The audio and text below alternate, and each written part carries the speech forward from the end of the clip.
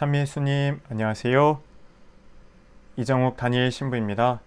오늘은 가톨릭교회 교리서 153에서 165항의 내용인 신앙의 특성은 무엇인가에 대해 신앙은 은총이다, 신앙은 인간의 행위이다, 신앙과 지성, 신앙의 자유, 신앙의 필요성, 신앙의 항구함, 신앙은 영원한 생명의 시작이다 라는 주제로 살펴보겠습니다.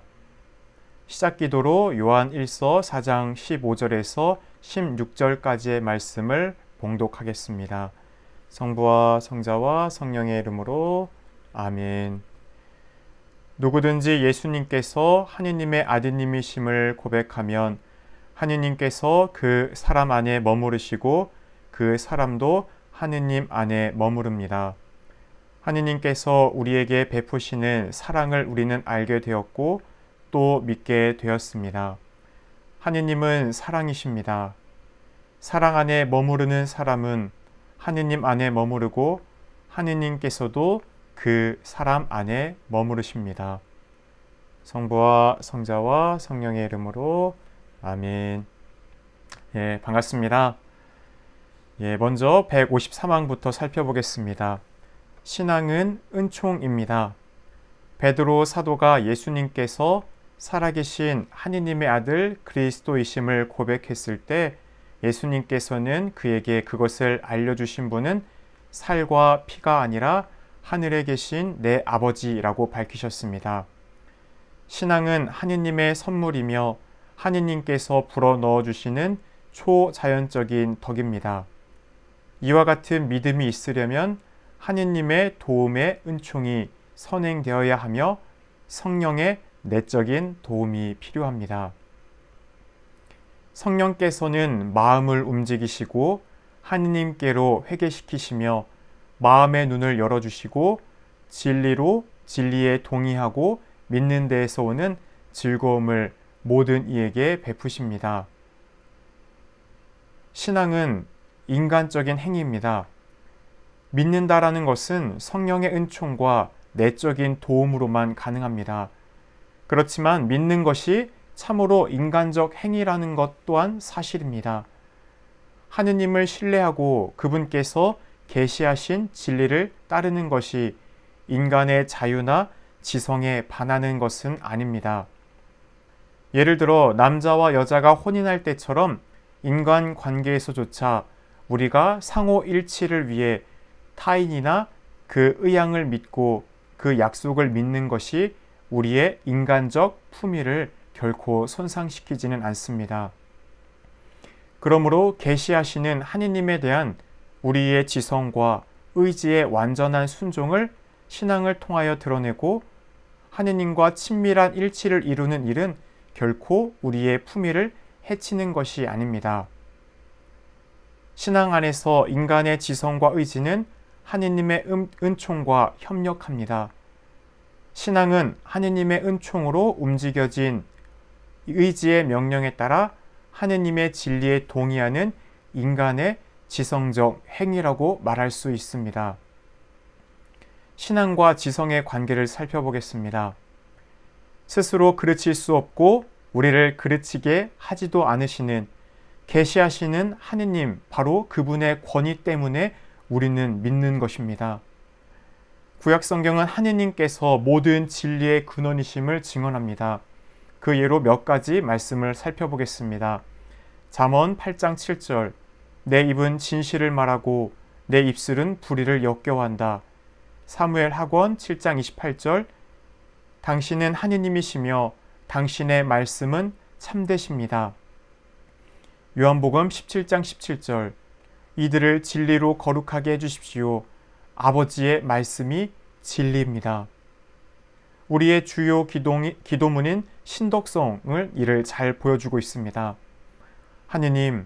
하느님께서는 진리의 근원이시며 그르침이 없으시므로 계시하신 진리를 교회가 가르치는 대로 굳게 믿나이다.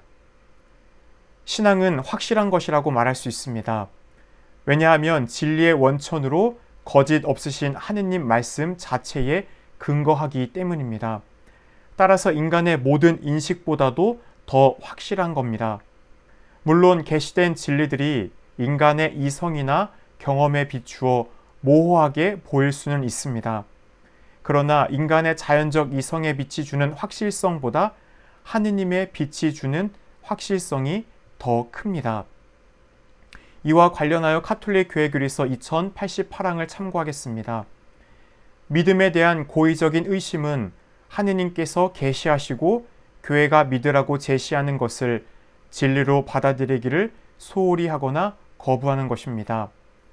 본의 아니게 의심하는 것은 믿기를 망설이거나 신앙에 대한 반론이나 신앙의 어둠으로 생겨나는 불안을 극복하지 못하는 것입니다. 의심을 고의적으로 키우게 되면 정신적인 소경에 이르게 된다라는 것입니다. 따라서 믿음을 키우기 위해서는 우리의 지성적인 노력들이 수반이 되고 필요합니다. 믿는 사람은 누구나 자기가 믿는 분을 더 잘 알고자 하며 그분의 계시 진리를 더 잘 이해하고자 노력합니다. 한편 더 깊은 이해는 다시금 더 강하고 점점 더 큰 사랑에 불타는 믿음을 불러일으키게 됩니다. 신앙의 은총은 우리의 마음의 눈을 열고 또 계시 내용을 있는 그대로 이해하게 도와줍니다. 성령께서는 계시에 대한 이해가 더욱 깊어지도록 당신의 은총으로 항구히 신앙을 완성시켜 주십니다. 그러므로 아우구스티노 성인의 금언대로 믿기 위하여 이해하고 이해하기 위하여 우리는 믿습니다. 하느님을 향한 믿음을 더욱 키워가기 위해서는 그러기에 교리와 성경 공부가 수반되며 때로는 이 믿을 교리로 가르치는 것을 신앙으로 우리는 받아들이는 것입니다. 신앙과 과학은 서로 모순되지 않습니다. 신앙이 이성보다 우위에 있긴 하지만 신앙과 이성 사이에 진정한 불일치는 있을 수 없습니다. 신앙과 과학 둘 다 하느님에게서 비롯되었으며 신비를 계시하시고 신앙을 주시는 바로 그 하느님께서 인간 정신의 이성의 빛을 비춰주시기 때문입니다. 하느님께서 당신 자신을 부정하시거나 진리가 진리를 부정할 수 없습니다. 인간에게 이성을 주신 하느님께서는 인간 이성의 모순되는 진리를 만드셨을 리가 없기 때문입니다. 이를 가르치는 지혜서 7장 17절에서 21절까지의 말씀을 들어봅시다. 그분께서 만물에 관한 어김없는 지식을 주셔서 세계의 구조와 기본 요소들의 활동을 알게 해주셨다. 또 시간의 시작과 끝과 중간, 동지, 하지의 변경과 계절의 변화, 해가 바뀌는 것과 별자리, 짐승들의 본능과 야수들의 성질, 영들의 힘과 사람들의 생각, 갖가지 식물과 그 뿌리의 효험을 알게 해주셨다. 그리하여 나는 감추어진 것도 드러난 것도 알게 되었으니 모든 것을 만든 장인인 지혜가 나를 가르친 덕분이다. 신앙은 인간의 자유로운 응답입니다. 신앙이 인간적인 응답이 되려면 인간이 하느님을 자유로이 믿고 응답하여야 하는 것입니다. 그러므로 그 누구도 억지로 신앙을 받아들이도록 강요돼서는 안 됩니다. 사실 신앙 행위는 그 본질상 자유로운 것입니다. 하느님께서 인간에게 주신 가장 고귀한 선물도 선을 악을 선택할 수 있도록 만드신 인간의 자유의지입니다. 하느님께서는 사람들이 영과 진리 안에서 당신을 섬기도록 부르심으로 인간은 이에 양심으로 매이지만 강제당하지는 않습니다. 이것은 예수 그리스도 안에서 가장 잘 드러납니다. 사실 그리스도께서는 신앙과 회개로 모든 사람들을 초대하셨지만 결코 이를 강요하지는 않으셨습니다. 인간이 꼭두각시처럼 조종당하는 것이 아니라 사랑에 의한 자유를 통해 우리를 존중해 주시기 때문입니다. 따라서 진리를 증언해 주셨지만 당신을 반대했던 율법 학자들과 바리사이들에게 그 진리를 힘으로 강요하지는 않으셨습니다. 하느님께서는 인간의 자유를 존중해 주십니다. 그분의 나라는 진리를 증언하고 들음으로써 굳건해지며 사랑으로 넓혀집니다. 십자가에 높이 들리신 그리스도께서는 그 사랑으로 인간을 당신께 이끌어 들이십니다. 구원의 전제 조건은 하느님에 대한 믿음, 즉 신앙입니다. 구원을 받으려면 예수 그리스도를 믿고 우리 구원을 위하여 그분을 보내신 하느님을 믿는 신앙이 필요합니다.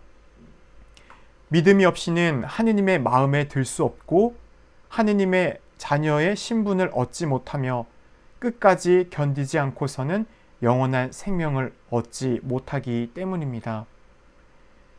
따라서 신앙생활은 한순간의 열정도 중요하지만 마지막까지 한결같을 수 있는 항구함이 필요합니다.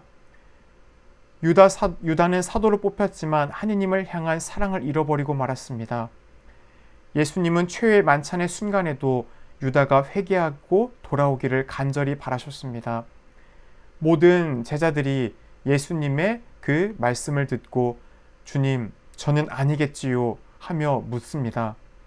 자신만 침묵을 지키기 어려웠던 유다는 자신의 양심을 속여가며 스승님, 저는 아니겠지요 라고 주님께 묻습니다.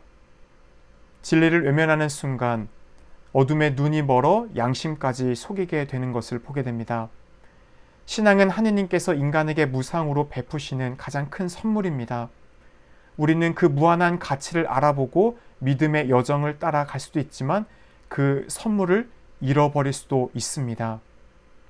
하느님의 계시 진리를 무시하거나 그것에 동의하기를 고의적으로 거부하는 불신에 따라 우리는 하느님이 주신 신앙을 잃어버리게 됩니다. 이단이라는 것은 세례를 받은 후 카톨릭 신앙으로 믿어야 할 진리를 완강히 부정하거나 완고히 의심하는 것을 말합니다. 배교라는 것은 그리스도교 신앙 전부를 포기하는 것을 뜻합니다. 이교는 교황에게 순종하거나 그에게 속하는 교회의 구성원들과 친교 맺기를 거부하는 것입니다. 신앙의 항구함을 지킬 것에 대해 바오로 사도는 티모테오에게 다음과 같이 충고했습니다. 훌륭한 전투를 수행하십시오. 믿음과 바른 양심을 가지고 그렇게 하십시오. 어떤 사람들은 양심을 저버렸기 때문에 그들의 믿음이 파손당하였습니다. 신앙은 또한 영원한 생명의 시작을 우리에게 가르칩니다. 신앙은 우리가 이 지상에서 순례해가는 우리의 인생의 궁극적 목표인 지복직관, 하느님을 우리 눈으로 바로 보는 것을 대한 기쁨과 빛을 미리 맛보게 해줍니다. 하느님 나라에서 우리는 하느님과 얼굴을 마주보고 그분을 있는 그대로 보게 될 것입니다. 그러므로 신앙은 이미 영원한 생명의 시작이라 말할 수 있습니다. 우리가 비록 지금은 신앙의 축복을 거울에 비친 것처럼 어렴풋하게 바라봅니다. 하지만 그것은 장차 누리도록 신앙이 우리에게 보증해주는 놀라운 것들을 이미 소유한 것과 같은 것입니다. 믿는 이들에게 하느님의 약속은 이미 받은 것과 마찬가지입니다. 믿음의 여정을 걷는 우리들이지만 때때로 우리의 삶은 순탄치 않습니다. 신앙의 여정 안에 우리는 시련을 겪게 됩니다. 우리가 살아가는 세상은 흔히 신앙이 우리에게 보장해주는 것과 거리가 멀어 보이기도 합니다. 악과 고통, 불의와 죽음의 경험은 예수님이 우리에게 선포하신 기쁨, 복음에 반대되는 것처럼 보입니다. 때로는 신앙을 흔들기도 하고 유혹이 되기도 합니다. 그럴 때 우리는 신앙의 증인들, 곧 희망이 없어도 희망하며 믿은 아브라함, 신앙의 나그네 길에서 당신의 아드님의 순환과 그 무덤의 어둠을 함께함으로 신앙의 어둠 밤에까지 도달하였던 동정 마리아, 그 외에 많은 신앙의 증인들을 바라보아야 합니다. 히브리서 12장 1에서 2절의 말씀을 새겨 들읍시다. 이렇게 많은 증인들이 우리를 구름처럼 에워싸고 있으니 우리도 온갖 짐과 그토록 쉽게 달라붙는 죄를 벗어버리고 우리가 달려야 할 길을 꾸준히 달려갑시다. 그러면서 우리의 믿음의 영도자이며 완성자이신 예수님을 바라봅시다. 오늘 함께 배운 신앙의 특성은 무엇인가 153에서 165항을 정리해 보겠습니다. 신앙은 하느님께서 겸손하게 요청하는 모든 이에게 주시는 선물입니다. 신앙은 구원을 위하여 필요한 초자연적인 덕입니다. 신앙은 인간의 행위입니다. 하느님의 은총으로 움직여진 의지의 명령에 따라 하느님 진리에 자유로이 동의하는 인간의 지성적 행위입니다. 신앙은 하느님 말씀에 근거하기에 확실한 것입니다. 신앙은 사랑으로 행동하는 것입니다. 그리고 하느님의 말씀을 듣고 기도함으로 꾸준히 성장해 나갈 수 있습니다. 신앙은 이 지상에서부터의 천상 기쁨을 미리 맛보게 해줍니다. 오늘 교리를 마치며 마친 기도로 지혜서 11장 24절에서 26절까지의 말씀을 봉독하겠습니다. 성부와 성자와 성령의 이름으로 아멘. 당신께서는 존재하는 모든 것을 사랑하시며 당신께서 만드신 것을 하나도 혐오하지 않으십니다. 당신께서 지어내신 것을 싫어하실 리가 없기 때문입니다. 당신께서 원하지 않으셨다면 무엇이 존속할 수 있었으며 당신께서 부르지 않으셨다면 무엇이 그대로 유지될 수 있었겠습니까? 생명을 사랑하시는 주님, 모든 것이 당신의 것이기에 당신께서는 모두 소중히 여기십니다. 영광이 성부와 성자와 성령께 처음과 같이 이제와 항상 영원히 아멘. 성부와 성자와 성령의 이름으로 아멘. 감사합니다.